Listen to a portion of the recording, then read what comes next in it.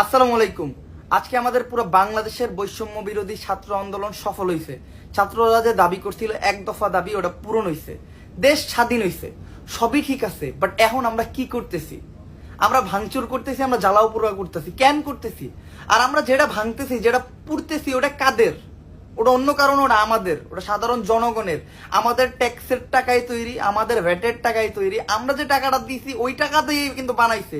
তো ওগুলো ভাঙ্গেন না, দয়া করে, এটা রিকোয়েস্ট করতেছি। যদি আমরা ভাঙচুরের ভিতরেই থাকি, জ্বালাও পোড়ানোর ভিতরেই থাকি, তাহলে দেশ কেমনে স্বাধীন হইল? দেশের স্বাধীনতা তো এটা না। আমার এলাকার মানুষ আজকে আতঙ্কে ঘুমাইতে পারতেছে না রাত্রে। কিছুক্ষণ পরপরই নাকি ভাঙচুর হইতেছে, হামলা হইতেছে। কেন? মনে করেন আপনার একটা ভাই আপনার সাথে অনেক দুর্নীতি করছে, আপনার অনেক জ্বালাইছে। এখন মনে করেন আপনার হাতে ক্ষমতা আছে, আপনিও যদি তারে জ্বালান, আপনি যদি তার সাথে দুর্নীতি করেন, তাহলে আপনার ওই ভাইটার আর আপনার ভিতরে পার্থক্য থাকলো কি?